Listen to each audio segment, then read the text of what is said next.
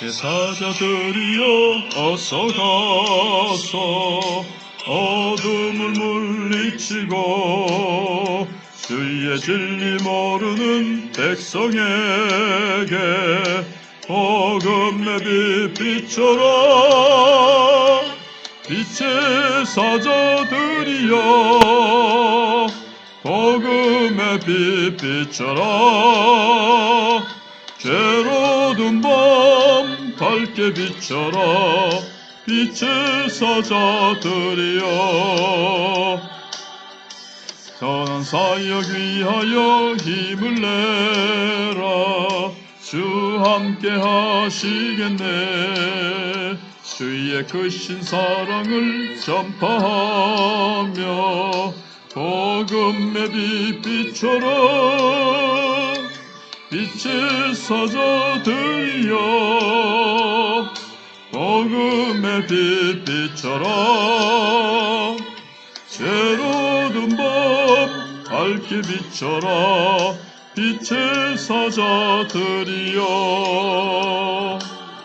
주님 부탁하신 말 순종하여 이 진리 전파하라. 산을 넘고 물 건너 힘을 다해 복음의 빛 비춰라. 빛의 사자들이여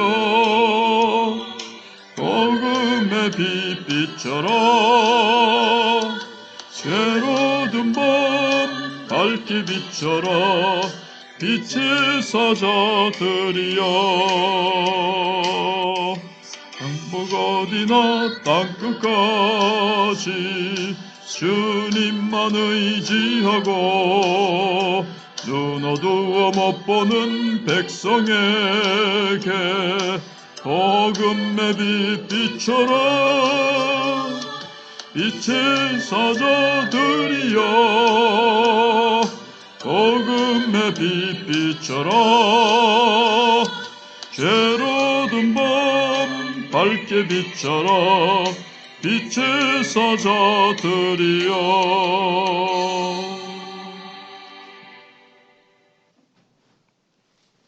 오늘 말씀 다니엘 2장 24절로 30절입니다.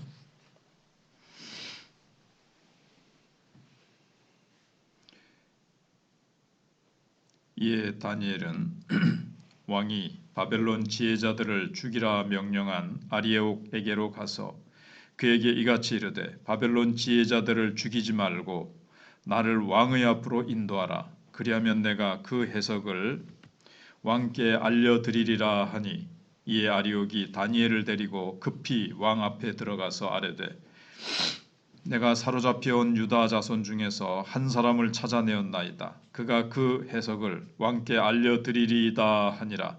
왕이 대답하여 벨드사살이라 이름한 다니엘에게 이르되 내가 꾼 꿈과 그 해석을 네가 능히 내게 알게 하겠느냐 하니 다니엘이 왕 앞에 대답하여 이르되 왕이 물으신 바 은밀한 것은 지혜자나 술객이나 박수나 점쟁이가 능히 왕께 보일 수 없으되 오직 은밀한 것을 나타내실 이는 하늘에 계신 하나님이시라. 그가 느부갓네살 왕에게 후일에 될 일을 알게 하셨나이다. 왕의 꿈 곧 왕이 침상에서 머릿속으로 받은 환상은 이러하니이다.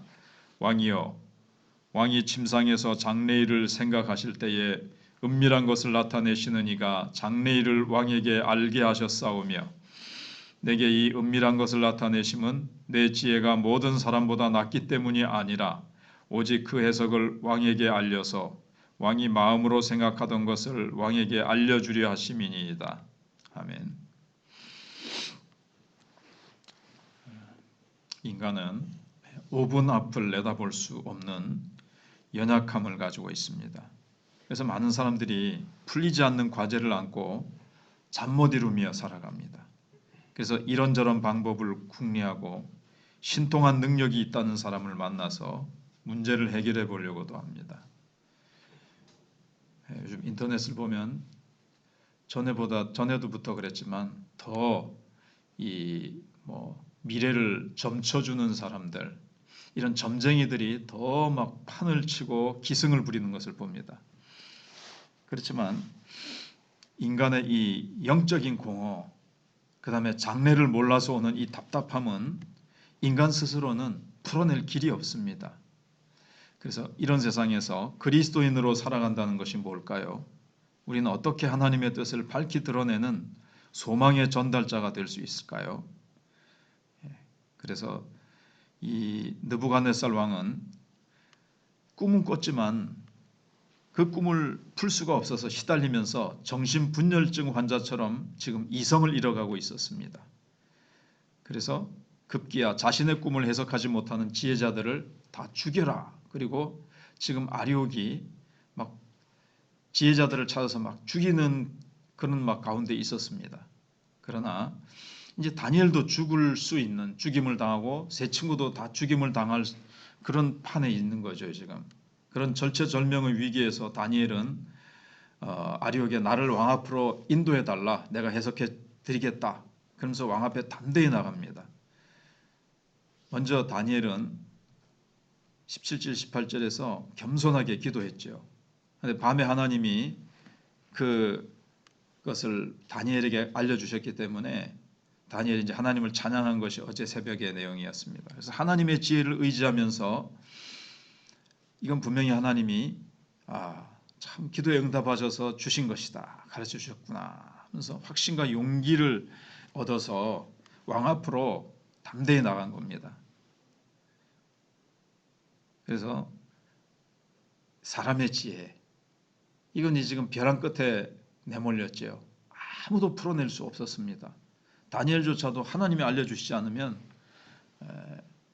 해석할 수 없고 자기도 죽을 수밖에 없는 이런 절체절명의 순간이고, 벼랑 끝에서 다니엘은 하나님이 가르쳐 주셔야 된다, 하나님의 지혜라는 소망의 밧줄을 이제 붙들었던 겁니다.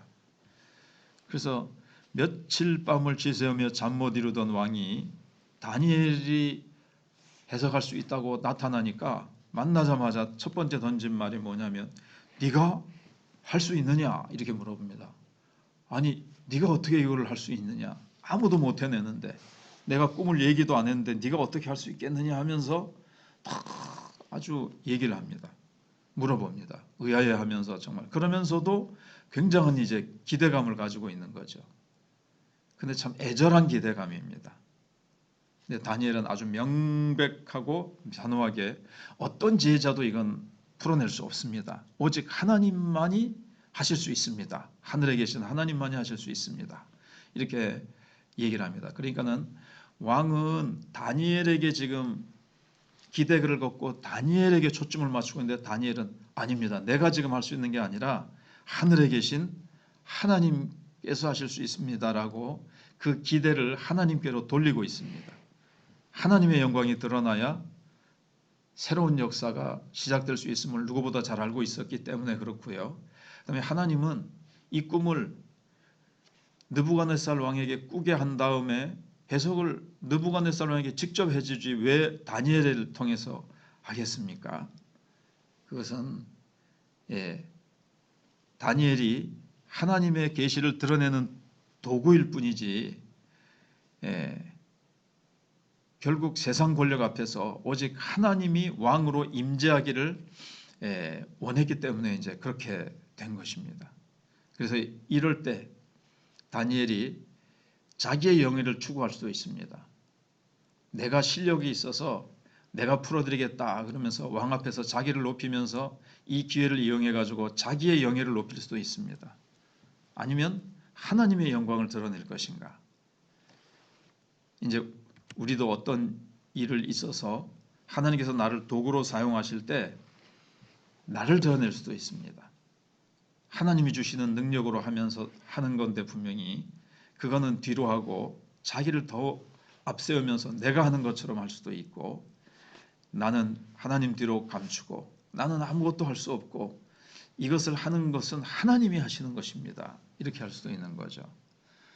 자, 그래서 바벨론 왕이 침상에서 꾼 꿈은 사실은 자기만이 아는 숨겨진 비밀이거든요. 세상에 그 누구도 자기가 말하지 않으면 알 수 없는 비밀입니다. 그런데 역설적인 것은 왕도 꾸기는 꿨는데 해석은 몰라요. 그 의미는 자신도 전혀 몰라요. 그러나 하나님은 꿈을 꾸게 하셨고요. 그 꿈의 내용도 알고 계시고 해석도 알고 계세요. 의미도 알고 계세요. 근데 하나님께서 왕에게 직접 알려주지 아니하시고 다니엘을 통해서 말씀하십니다. 다니엘이 더 뛰어나다는 것을 보여주시기 위해서가 아니라 하나님 자신이 왕 중의 왕이시며 자신이 택한 백성을 결코 포기하지 않고 있다는 것을 말씀하고 싶으셨던 겁니다. 내 백성, 비록 유배민으로 포로민으로 잡혀와 있지만 그래서 이제 유대 백성 그리고 하나님을 경외하는 다니엘을 하나님이 사랑하시고 이런 자를 내가 사랑하고 내가 이런 자를 통해서 일한다. 이걸 이제 보여주시기 위한 거죠. 그럼 이제 우리가 결론적으로 적용을 해보면 지금 현대인들은 남모르는 고민을 안고 지금도 참 어디에다가 털어놓지 못하고 인생의 허무함 때문에 고통당하고 있고 어떻게 내 미래는 어떻게 될까? 내 인생은 어떻게 될까? 이 문제는 어떻게 풀까? 갖가지 온갖 문제를 가지고 젊은이나 늙은이나 아이들이나 다 전전긍긍하며 끙끙 앓고 있습니다. 이 세상 그 어디에도 답을 주지 못해서 참 그렇게 소가리를 하고 있습니다. 특별히 장래를 알지 못한다는 점을 이용해 가지고 조금 전에 말씀드린 점쟁이나 온갖 이상한 사람들이 그걸 돈벌이로 이용하려고 하죠. 그들에게 우리가 하나님의 뜻을 드러내는 이 말씀의 전달자가 되어야 되겠습니다. 우리가 말씀의 통로가 되기 위해서 하나님의 축복의 통로가 되기 위해서 우리가 말씀으로 무장하고 하나님의 뜻으로 무장해서 인생의 문제가 무엇인지 본질과 원인이 무엇인지 우리가 참 그들에게 가가지고 참 뭐 시원한 것을 긁어준다 그럴까요? 그들의 풀어내지 못하는 부분들을 우리가 말씀으로 풀어주고 바로 예수 그리스도께서 우리 인생의 그 고통하고 풀지 못하는 문제를 해결하기 위해서 오셨다는 것을 이 성탄의 계절에 더욱더 우리가 예수님의 말씀이 육신이 되어 오신 그 주님, 근데 우리가 그 주님을 증거하는 통로가 되어서 사람들에게 하늘의 소망을 전달하는 사람들이 되어야 될 것입니다. 기도하겠습니다. 하나님 감사합니다. 이 새벽도 저희들에게 참 세상은 흑암 가운데 있고 느부갓네살 왕도 제국의 왕으로 천하를 호령하며 세상에 하지 못할 것이 없는 것 같지만 하나님께서 꾸게 하신 한 꿈 때문에 괴로워하고 번민하고 풀지 못해서 잠을 못 이루고 있는 것처럼 현대인들도 참 자신의 인생과 이 삶을 어떻게 해결해 가야 될지 미래를 알지 못해 불안해하고 두려워하고 풀리지 않는 인생의 문제 앞에서 답답해하고 사실은 모두가 다 불안을 안고 시한폭탄처럼 살아가고 있습니다.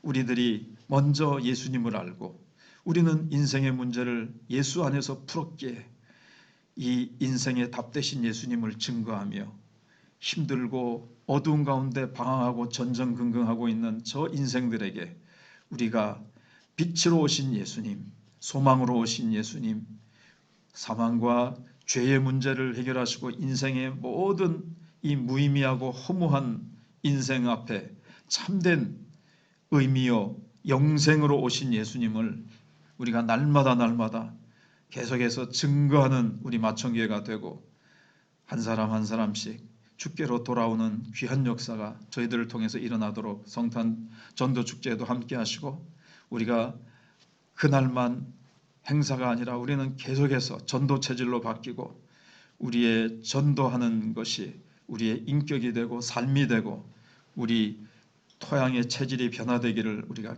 계속 기도하고 있습니다. 하나님 이번에도 역사해 주시고 특별히 오는 주일 예결산 심의와 또 그것을 통과하고 저희들이 또 그것을 하나님께서 기도하면서 잘 우리가 예결산을 세우고 그러나 그것은 예결산일 뿐 전능하신 하나님의 공급하심과 인도하심을 구합니다.